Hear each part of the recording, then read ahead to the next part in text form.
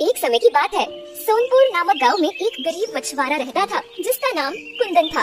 उसके माता पिता की मृत्यु होने की वजह से वह अपने घर में अकेला रहता था। एक दिन वह जंगल में नदी किनारे मछलियों को पकड़ने जा रहा था कि तभी उसे वहाँ एक छोटा सा बंदर जख्मी हालत में गिरा हुआ दिखाई देता है। अरे तुम कौन हो और यहाँ इस हालत में क्या कर रहे हो छोटे बंदर? छोटा सा मासूम बंदर कुछ नहीं बोलता, वह सिर्फ दर्द से तड़प रहा था। लगता है जंगल में इस मासूम बंदर का किसी ने शिकार किया है और ये उस शिकारी के शिकार से जख्मी होकर यहाँ पर अपनी जान बचाने के लिए आया है। तुम बिल्कुल परेशान मत हो छोटे बंदर, मैं तुम्हें अपने साथ ले जाऊंगा और तुम्हारा इलाज खुद करवाऊंगा। देखना फिर तुम बिल्कुल ठीक हो जाओगे। कुंदन उस बंदर को ठीक होने का दिलासा देता है, लेकिन वह बंदर उसे चुपचाप अपनी मोटी मोटी आंखों से देखता रहता है। छोटे बंदर, तुम क्या गूंगे हो? मैं कब से तुम्हें इतनी सारी बातें कह रहा हूँ, मगर तुम हो कि कुछ बोलते ही नहीं। मुझे तो ऐसा लगता है कि तुम बोल ही नहीं सकते। चलो कोई बात नहीं, मैं तुम्हें वैद्य जी के पास लेकर चलता हूँ।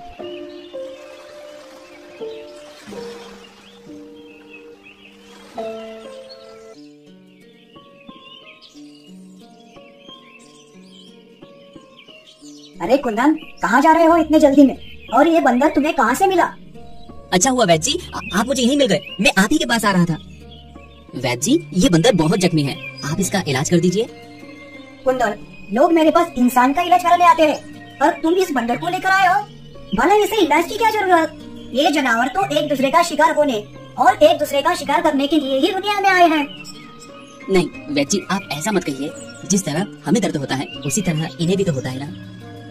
मुझे नहीं लगता कि तुम्हें अपनी मेहनत की कमाई इस बंदर के इलाज में लगानी चाहिए।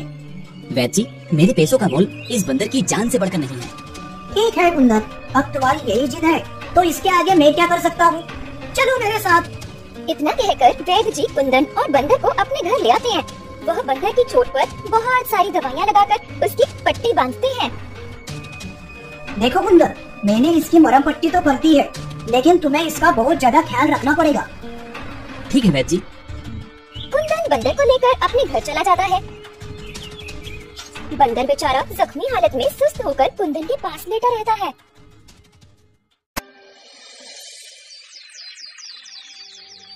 छोटे बंदर, तुम तो कुछ बोलते नहीं और मैं तुम्हारा नाम भी नहीं जानता, इसलिए मैं तुम्हें छोटा बंदर बुलाऊंगा। इतना कहकर कुंदन छोटे बंदर के लिए केला लेने चला जाता है। छोटे बंदर, देखो मैं तुम्हारे लिए केला लाया हूँ। मैंने सुना है तुम बंदरों को केला बहुत पसंद होता है। अब जल्दी से उठो और ये सारे केले खाकर खत्म करो। इसके बाद तुम्हें अपनी दवाई भी तो लेनी है, तभी तो तुम ठीक हो पाओगे। कुंदन इतना कहकर अपने हाथ से केले के छिलके को उतारता है और केले के छोटे छोटे टुकड़े उस छोटे बंदर के मुंह में डालने लगता है। वो छोटा बंदर धीरे धीरे आराम से केले के टुकड़े खाता है, साथ ही अपनी मोटी मोटी आंखों से कुंदन को टुकुर टुकुर देखता है। दिन गुजरते जाते हैं और कुंदन उस छोटे बंदर की ऐसी ही सेवा करता है जिससे वह छोटा बंदर ठीक हो जाता है। छोटे बंदर, अब तुम पूरी तरह से ठीक हो चुके हो और अब मुझे लगता है कि तुम्हें तुम्हारे परिवार के पास पहुंचा देना चाहिए। चलो मैं तुम्हें तुम्हारे परिवार के पास जंगल में छोड़ देता हूँ। कुंदन ये कहकर बंदर को जंगल की तरफ लेकर जाता है।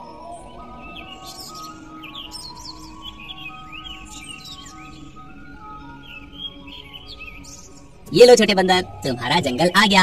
अब तुम अपने परिवार के पास चले जाओ। मुझे यकीन है कि तुम्हारे परिवार वाले भी तुम्हें ढूंढ रहे होंगे। कुंदन की ये बात सुनकर छोटा बंदर उसकी गोद से उतरता ही नहीं है। कुंदन बंदर को ऐसा करते देख उससे कहता है, छोटे बंदर, अब तुम जंगल में अपने परिवार के पास जाओ। कुंदन की बहुत कोशिशों के बाद भी बंदर उसकी गोद से नहीं उतरता। छोटे बंदर को ऐसा करते देख कुंदन परेशान होकर कहता है, छोटे बंदर, अब मैं क्या करूं? तुम तो मेरी गोद से उतर ही नहीं रहे हो। लगता है तुम वापस जाना ही नहीं चाहते। कुंदन की ये बात सुनकर बंदर उसके सीने में अपना मुंह छुपा लेता है। छोटे बंदर को ऐसा करते देख कुंदन मुस्कुराता है और कहता है, अच्छा तो तुम मेरे साथ रहना चाहते हो?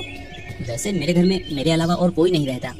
अच्छा है, मुझे तुम्हारे रूप में अपने लिए एक साथी मिल जाएगा। कुंदन ये कहकर उस बंदर को अपने घर वापस ले आता है और फिर वो दोनों साथ रहने लगते हैं। छोटा बंदर कुंदन के हर काम में उसका हाथ बंटाता है।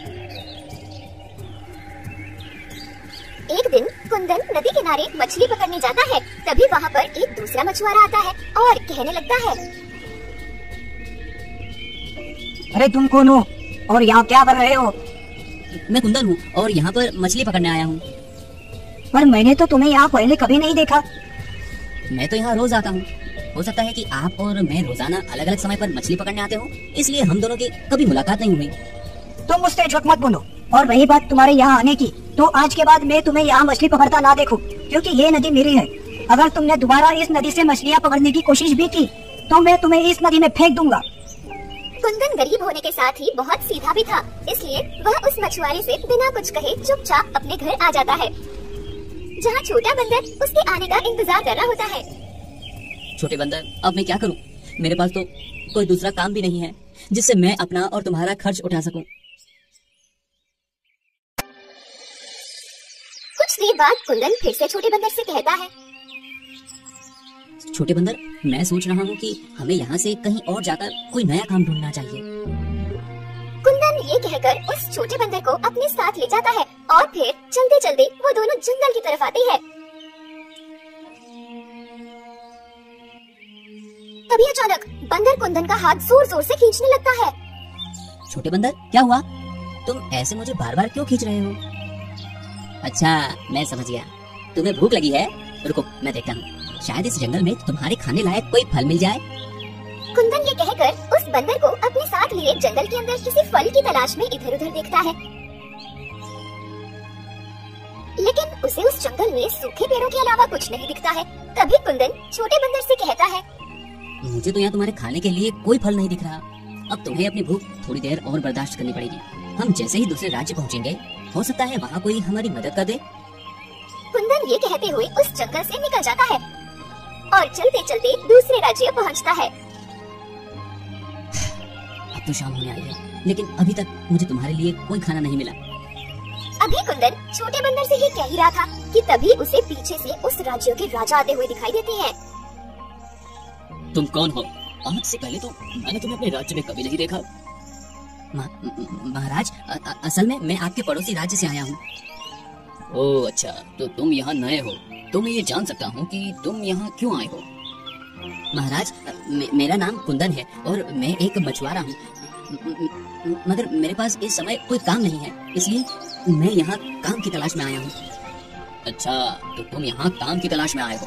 अगर मैं कहूँ कि तुम मेरे महल के सामने वाली नदी और उसके पास की झरने की साफ सफाई करो, तो बदले में मैं तुम्हें खाने और रहने की जगह दूंगा, तो क्या तुम ये काम करना चाहोगे?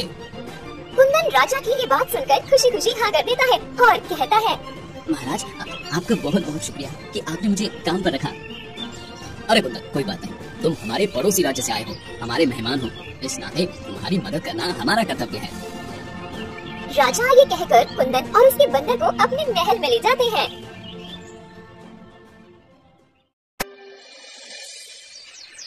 दिन गुजरते हैं। कुंदन सारा दिन महल के पास झरने और नदी की साफ सफाई करता है और उसके साथ उसका बंदर भी उसके छोटे छोटे काम में उसकी मदद करता है। राजा कुंदन को मेहनत और ईमानदार से काम करता देख बहुत प्रसन्न होते हैं। एक दिन मंत्री जी राजा के पास आते हैं और कहते हैं, महाराज, क्षमा चाहूंगा, लेकिन आपके लिए एक बुरी खबर है। कैसी बुरी खबर? महाराज, महल में जो कीमती खजाना रखा था वो चोरी हो गया है। मंत्री जी की बात सुनकर राजा गुस्से से महल के सारे नौकरों को अपने पास बुलाते हैं। मैं जानता हूँ कि तुम लोगों में से ही किसी ने मेरे खजाने की चोरी की है, तो जिसने भी ये काम किया है वो सामने आ जाए और सच बता दे। मैं वादा करता हूँ कि मैं उसे माफ कर दूंगा, साथ ही कुछ खजाना भी दूंगा, लेकिन अगर तुमने सच नहीं बताया तो मैं तुम सबके साथ बहुत बुरा करूंगा।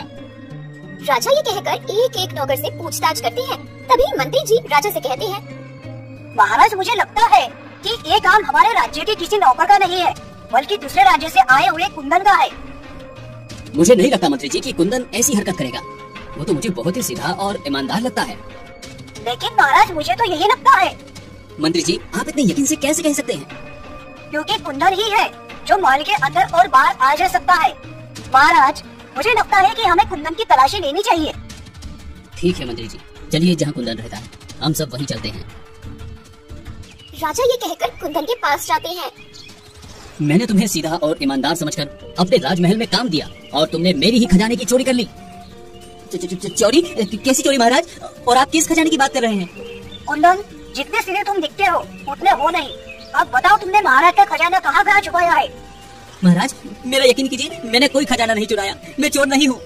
कुंदन अपनी बेगुनाही साबित करने की कोशिश करता है, मगर राजा उसकी एक नहीं सुनते। तभी मंत्री जी कुंदन के आसपास तलाशी लेने लगते हैं। तलाशी लेने पर उन्हें सोने के कुछ सिक्के मिलते हैं। ये दीजिए महाराज, ये वही सिक्का है जो आपके खजाने में हुआ करता था। राजा उन सोने के सिक्कों को देखकर गुस्से में कुंदन से कहते हैं, मैंने तुम पर भरोसा किया और बदले में तुमने मुझे ये सिला दिया। अब तुम्हारी सजा यही है कि तुम हमेशा के लिए मेरे महल में कैद रहोगे। राजा ये कहकर अपने सिपाहियों को कुंदन को कैद करने का हुक्म देते हैं। 3 दिनों तक कुंदन को कैद करके उससे पूछताछ की जाती है, मगर कुंदन अपने मुंह से एक लफ्ज भी नहीं निकालता। मंत्री जी, कुंदन को कैद करे 3 दिन बीत चुके हैं, लेकिन अभी तक उसने खजाने के बारे में कुछ नहीं बताया। अब हम ऐसा क्या करें जिससे वो हमारा सारा खजाना वापस कर दे? महाराज मुझे लगता है कि कुंदन ने वो सारा खजाना अपने राज्य के राजा के पास भेज दिया है। अभी राजा और मंत्री ये बात कर ही रहे थे कि तभी वहाँ कुंदन का छोटा बंदर आता है और राजा से कहता है, प्रणाम महाराज। अरे तुम तो वही बंदर हो ना जो उस कुंदन के साथ हर समय पाए जाते थे? जी महाराज, मैं वही बंदर हूँ। मगर मैंने तो पहले कभी तुम्हें बोलते हुए नहीं सुना। जी महाराज, क्योंकि मैं ज्यादा बोलना पसंद नहीं करता। महाराज, मैं जानता हूँ कि आपका सारा खजाना कहाँ है और किसने उसे चोरी किया है। अच्छा तो बताओ फिर मेरा खजाना कहाँ है? महाराज, महल के पीछे जो पर्वत है, उस पर्वत के नीचे एक छोटी सी गुफा है। वो खजाना उसी गुफा में छुपाया गया है। लेकिन ये काम आखिर किसने किया? महाराज, मेरी एक शर्त है। अगर आप मेरी शर्त पूरी करेंगे तो ही मैं बताऊंगा कि आपके खजाने को किसने चुराया है। ठीक है, तुम्हारी शर्त मुझे मंजूर है। बताओ मुझे क्या करना होगा? महाराज, आपको मेरे मालिक यानी कुंदन को अपनी कैद से आजाद करना होगा। तुम जानते भी हो तुम क्या कह रहे हो? जी हाँ, मैं जानता हूँ और यकीनन आपको भी जब सच पता चलेगा तब आप भी ऐसा ही करेंगे। राजा उस बंदर की बात सुनकर अपने सिपाहियों से कुंदन को आजाद करने के लिए कहते हैं, मैंने तुम्हारे मालिक को आजाद कर दिया है, अब मुझे सब सच बताओ। जैसा कि मैंने आपको बताया, आपका खजाना उस पर्वत के नीचे है और उसे चुराने वाला और कोई नहीं, आपके मंत्री जी हैं। महाराज, ये बंदर झूठ बोल रहा है, भला मैं आपका खजाना क्यों चुराऊंगा? इतने सालों में क्या कभी मैंने आपसे कोई बेईमानी की है? मंत्री की ये बात सुनकर राजा उस बंदर से कहते हैं, मूर्ख बंदर, ये क्या कह रहे हो? तुम हमारे मंत्री जी पर झूठा आरोप लगा रहे हो। महाराज, अगर आपको यकीन नहीं है तो आप मेरे साथ चलिए और खुद अपनी आंखों से देख लीजिए। महाराज, राजा उस बंदर की बात मानकर सबके साथ उस पर्वत की तरफ निकल जाते हैं।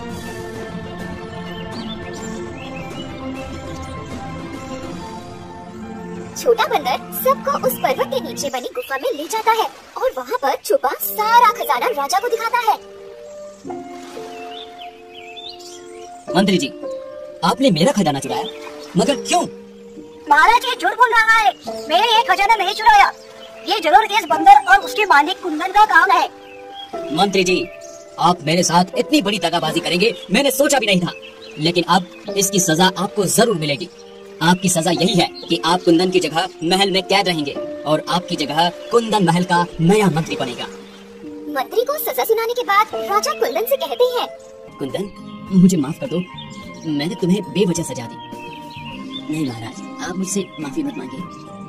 कुंदन, तुम्हारा ये बंदर बहुत समझदार है और तुम्हारा बहुत ही वफादार साथी है। अगर आज ये न होता तो सच में हम तुम्हें हमेशा के लिए अपनी कैद में रखते। जी महाराज, मैं जानता हूँ मेरा ये छोटा साथी मेरा वफादार है, लेकिन मुझे ये नहीं पता था कि ये बोल भी सकता है। वैसे छोटे बंदर, तुम्हें कैसे पता चला कि ये सब मंत्री जी ने किया है? जब आप कुंदन को सजा देने के लिए ले जा रहे थे, तब मुझे एक सोने का सिक्का मंत्री जी के पास से गिरा हुआ मिला। उस दिन से मैंने मंत्री जी पर नजर रखना शुरू कर दी थी और फिर जैसे ही मुझे खजाने का पता चला तो मैंने आपको आकर बता दिया। शाबाश छोटे बंदर, तुमने बहुत ही अच्छा काम किया है। शुक्रिया मेरे छोटे बंदर, मैं तुम्हारी वफादारी को सलाम करता हूँ। इतना कहकर वह अपने छोटे बंदर को गले लगा लेता है।